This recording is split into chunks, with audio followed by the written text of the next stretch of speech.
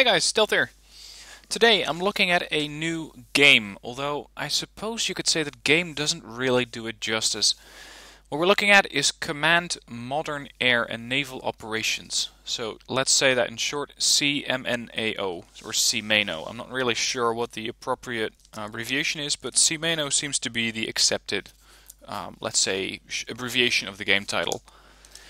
Now, it doesn't really look like a game. It more or less looks like a simulator or one of those older dangerous water submarine command class of games. And that is pretty much how you should be playing this game simulator. Let's call it a game for now. What this thing does is have a very, very, very large database of pretty much all military units from, as far as I have been able to see, almost all countries involved in the Cold War and beyond. So we're dealing with everything. Even the Netherlands is in this nation or in this simulator slash game, which I gotta say is pretty unusual. Let's just quickly go through the database viewer so you can see exactly what's in here. There's different categories that you can look at. Let's for example look at the ships. This is the ships list and it goes on and on and on and on. Let's select for example the United States. And I want to see one of the Arleigh-Burke class destroyers. Now, normally, let's say in Wargame Red Dragon, you have the Arleigh-Burke, or as it's more or better known there, the Congo class cruiser or Congo class destroyer. This pretty much elaborates on every single stat there is in Wargame. There is so incredibly much to find about the Arleigh-Burke and about the weapon systems that it has aboard that it's not just this picture. This just shows you what the unit looks like. You get a general description of the ship, you get a complete list of the general data, what are its dimensions, how much damage points does it have, so let's say hit points, although I don't think that really does it justice. What kind of sensors does it have? In Wargame, it's pretty much, can I see it? If yes, I can shoot at it. That's pretty much how Wargame optics or Wargame sensors work. Right here in CMANO, that's completely different. You have so incredibly much data available, and this is just, let's say, one version of the Arleigh-Burke. You can see this is the 2009 version, which means it's an Arleigh-Burke Flight 2A. There's also a Flight 2A from 2019, so that's a future version, or one with CWIS reinstalled. And these will have different sensors slash early warning or electronic warfare systems aboard. For example, let's look at the one time, which one times means it has one of these. AN/SRS 1A Combat DF. I gotta be honest, I don't really know what this is. But considering that it has an 800 nautical mile range, I think it's a very long range radar. And you can see that it has air search, surface search, and over the horizon, which means it can see beyond the actual, let's say, sloping or curving of the Earth. Now this goes on and on and on. Similar for the weapon systems that it has aboard. You can see that the Arleigh-Burke, or at least this version of it, is equipped with a couple of 50 cals. It has one 127mm gun.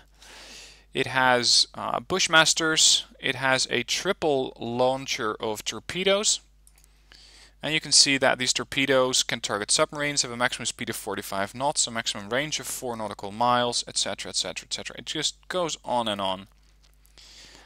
It has the Nixie, which I believe is the torpedo distraction system or the torpedo decoy system.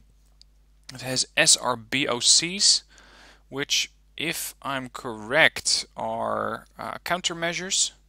You can see that these things operate autonomously. They don't have any delay from the crew to react to them. It has 1x Mark 41 VLS, which means it has vertical launch system aboard. That's those, let's say, flat plating that you see on board the ship.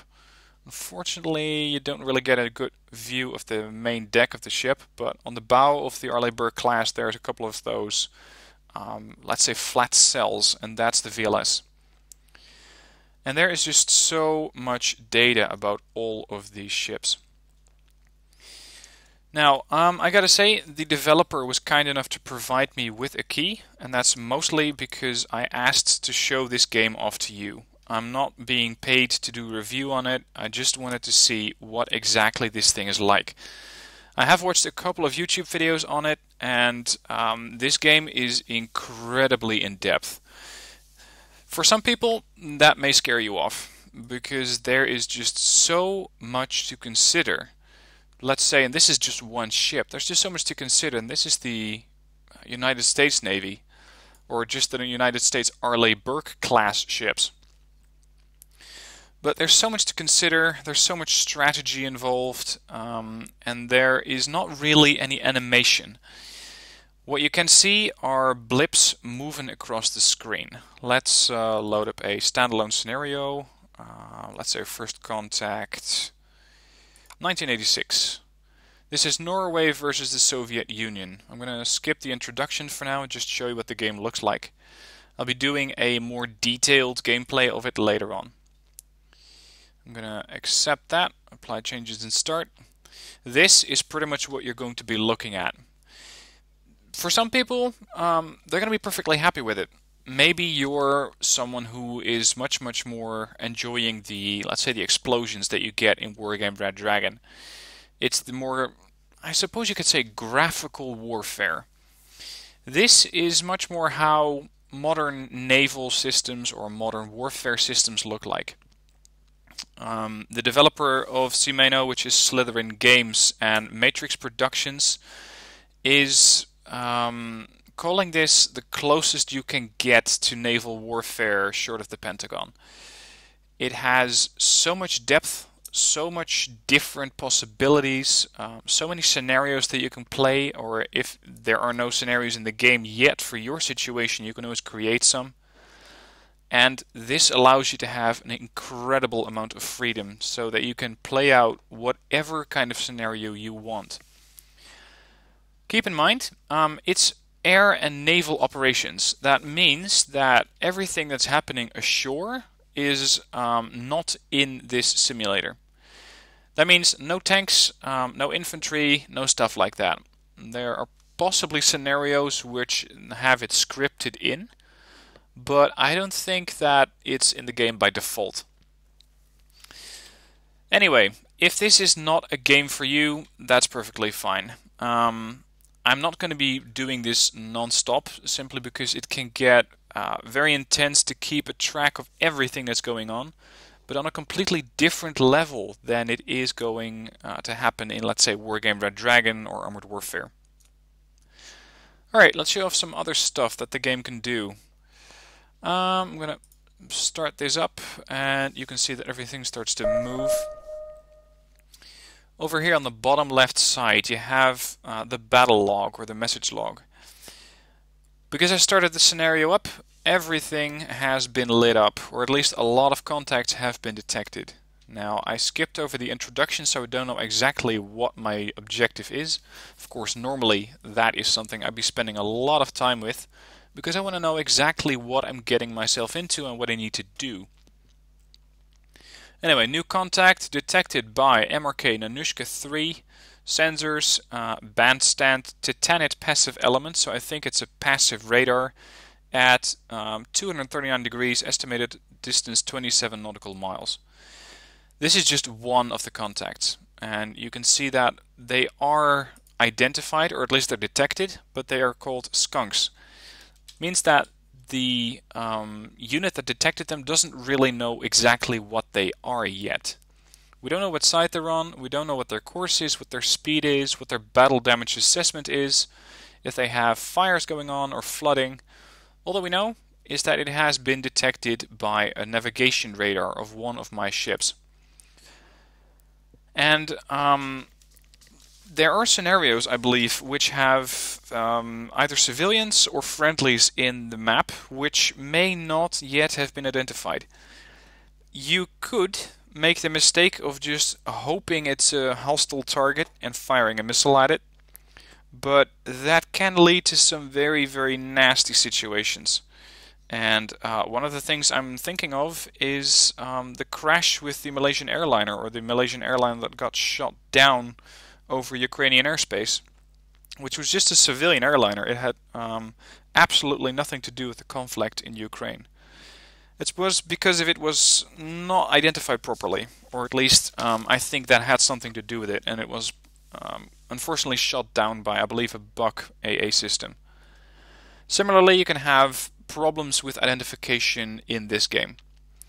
And that means you're going to have to work hard in order to make sure you don't get any accidental blue on blue contacts or accidentally friendly fire incidents. Now let's say that I have an Inertia Group here. It consists of 2 units, and these 2 units are, I believe it's, let's see, let's zoom in a bit. These Nanushkas, by the way, are of course in Wargame Red Dragon, so you may recognize them from that. Group composition, 2 Nanushka 3 class ships. If I click on that, I'm going to see everything I want to know about this ship. What's it armed with? What can it do? You can see this class as a corvette. It is shaft diesel powered, multi-role guided missile corvette. Now again, I'm not going to go too deeply into whatever this ship does, can do, or is going to do, but that is going to be something that I'm going to be covering in other videos. Keep in mind though, I am not experienced in this game yet. I know a decent amount about naval warfare and how I think it should be conducted, but of course I may be proven completely wrong by this, I suppose you could call it, very realistic game. Now, let's have a look at the scenario briefing or scenario description. You can see that every scenario is going to have something like this. It says the time and date, and this is something you also have to consider because in 1986 technology wasn't as far as it is today, and that leads to some situations where you may just be limited to technology of that era. It's not like Wargame that has up to 1980s era Wargame or war units and everything in between. If it says 1986, then the Nanushkas that you have are going to be of 1986 or earlier. So that is something that is very, very detailed in this game. Location, Norwegian coastline, Finnmark area, playable sites Norway and Soviet Union. And you get a complete a complete introduction into exactly what is going on and what you should be doing. Now, not only that, but you also have a side briefing. And the side briefing is going to tell you what your units are and what the enemy forces are likely to be. There's believed to be 8 Norwegian MTBs. I gotta say, I'm not sure what an MTB is, so again, I still got a lot of homework to do here. What I do know is that I have a destroyer group consisting of 2 Kashin destroyers, 2 OSA groups consisting of OSA 2 missile boats, and 2 Nanushka groups consisting of 2 Nanushka 3 class missile boats. My mission is to seek out and destroy Norwegian shipping. Execution, engage all Norwegian units encountered. Signals, MCON State B, limited emissions. MCON stands for emission control, and it means that you're not just going to turn on your radar and start blasting away with it, because it's going to give your position away. That's not something you want to do, or at least it depends on the situation, but normally you don't want people to know where you are. Now this is just one of the things that the game is going to tell you, because the game is going to tell you a lot more. And one of the things that you'll want to be doing the moment you start out with playing a scenario is look at the side doctrine. Now this, if you don't know these terms, can be quite frightening. There are a lot of things that you can adjust and dictate for your units in this game. For example, Doctrine and ROE. ROE stands for Rules of Engagements, or Engagement. Pretty much when do your units have permission to fire and when should they hold their fire. The rules of engagement currently are set for air contact, surface contact, subsurface, so that's submarines, and land contacts. They're all set to tight, which means that my units will only fire at the moment that they have a positive identification that the unit that they're looking at is hostile. I can switch this to free, which means they're going to shoot at anything, or hold, which means they're not going to shoot at anything unless engaged. And you can do this for every separate category. You can say ignore plotted course when attacking. This means that the ship is still going to follow your orders as far as directions go. Engage ambiguous targets. You can set this to ignore optimistic or pessimistic. I believe this has to do with how likely these units are to actually engage. There's engage opportunity targets, and this means that if a ship has the opportunity to fire at a target that's deemed not crucial to the mission, you can switch this to either yes or no. So yes is going to shoot at everything, but that may mean that you're going to run out of crucial weaponry. And unlike let's say a battle in Wargame where you can just send a resupply ship towards one of your friendlies, if that ship is out of missiles, it can be rearmed. I don't think so that is always the case in this game. If your ship runs out of ammo, good luck. That's it. Emission control. Ignore mission control or emission control when under attack. This is currently set to yes, which means that if a ship gets attacked, it's going to start activating all of its systems, all of its radars, and this is to make sure that it has the best possible view of the situation so that it can respond adequately. There's Air Operations, which has pretty much the same thing. RTB when Winchester is something you may recognize from Wargame, which means that if an aircraft is out of, let's say, mission critical weaponry, it's going to return to base. You can set this to no to make sure that an aircraft uses its secondary armament to engage targets. You don't have to, it's completely up to your taste. Use guns against surface and land contacts, which means your aircraft can actually strafe targets, much the same as in Wargame. Anti-surface warfare, so this is against other surface ships. Use SAMs in anti-surface mode, so you can actually use your surface-to-air missiles in anti-surface mode, which is very interesting. Kinematic range, again, I don't know what this is yet, I have to do my homework on that. MCON settings, the radars currently are active, so all of my ships have their radar active, and that's why I got all of those contacts. OECM, this is offensive electronic countermeasures, which means that the ship is going to activate systems that can actively, say, mislead or provide decoys for incoming weaponry, whether they be torpedoes or missiles. And then sonar is set to passive currently. And your units all follow these Doctrine and ROE settings unless dictated otherwise. For example, for this Inertia 3 group, I can set specific Doctrine and ROE settings down there. And then you have weapon release authorization. Another very, very detailed setting of this game or simulator. I can, per weapon, dictate what exactly they're going to shoot at. This is so incredibly in-depth that I doubt I'm going to be touching this for at least the first few months. Simply because I don't know all the weapons, what to shoot at, which weapon would be used best on a different target, etc. And you can of course do this for aircraft 5th generation, 4th, 3rd, everything. Guided weapons, ships unspecified, carriers to 25,000 tons and less, and it just goes on and on and on. This is the level of depth that this game has. Again, if it's not for you, that's perfectly fine, because this type of game isn't for everyone, similarly as Wargame just isn't for everyone.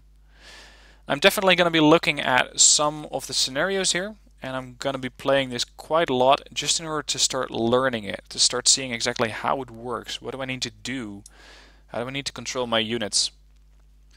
Final thing I wanted to show you is unit orders and mission and reference points. With unit orders, I can give various attack orders, engage all targets, engage manual targets, give a bearing only launch. This is something that, if I remember correctly from the days I played submarine simulators, is that sometimes you don't have a contact for the submarine that is attacking you. But what you do have is a direction where the enemy torpedo is coming from. At that moment you can do a bearing only launch, which is sometimes also referred to as a snapshot.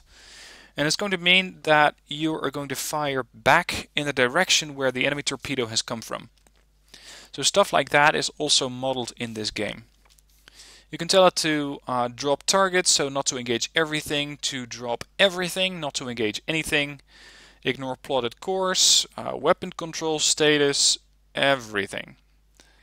And you have this for a unit, for air ops. I'm not exactly sure what boat docking ops are yet.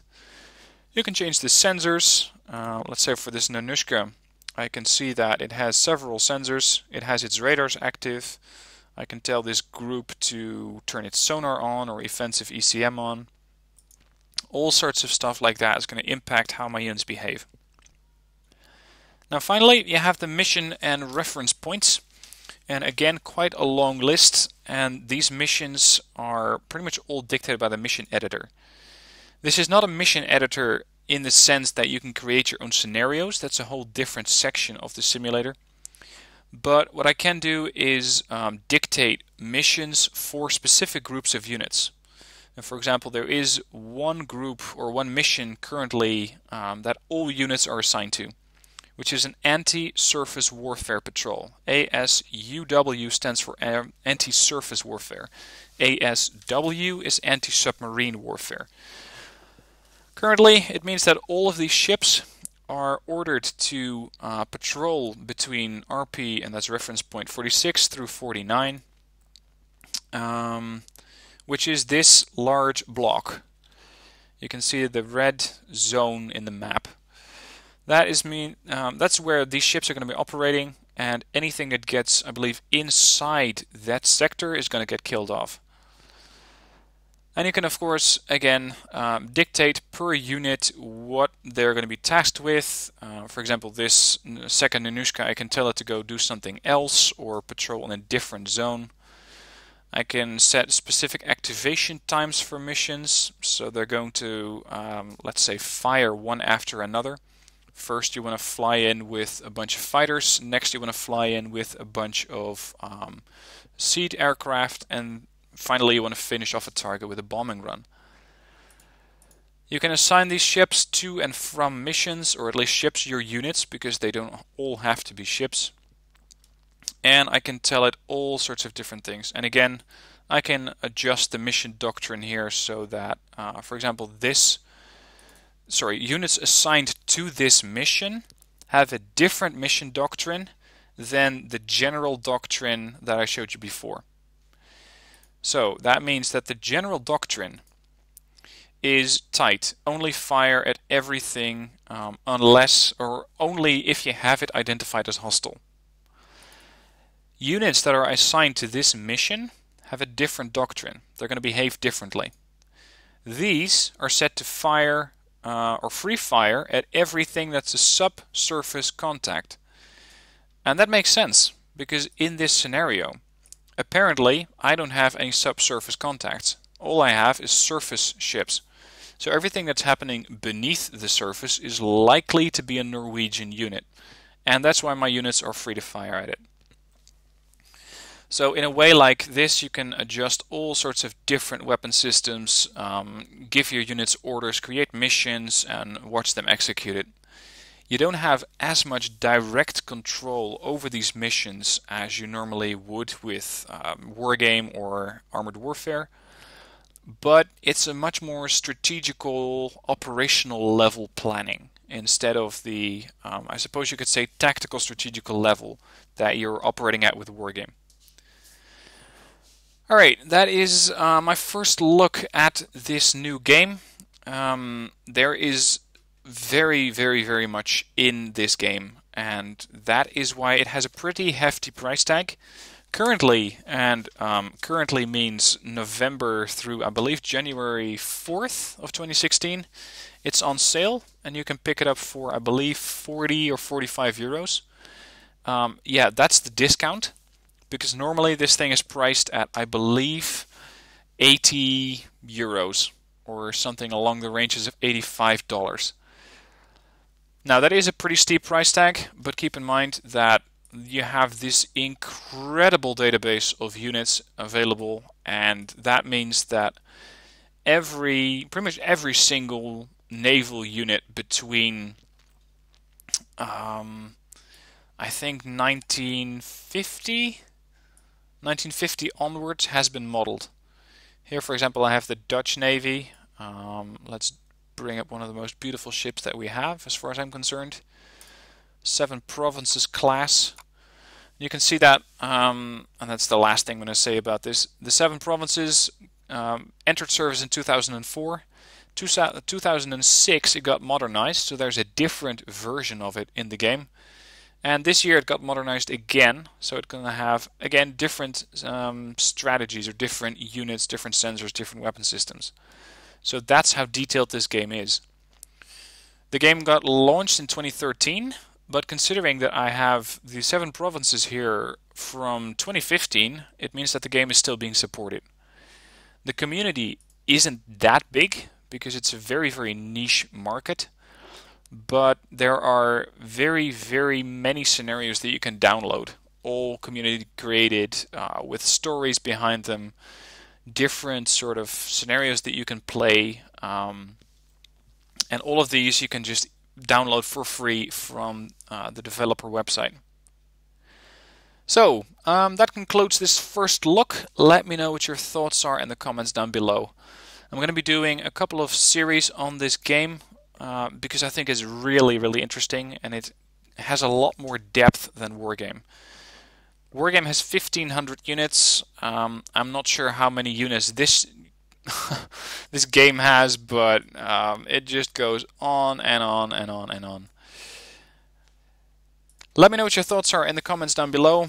If you liked it, if you think it looks interesting, please give it a like. And if you're not subscribed yet and you want to see how I'm going to be playing these missions, please subscribe to the channel, and I'll make sure you get an automatic update when I upload something about this game.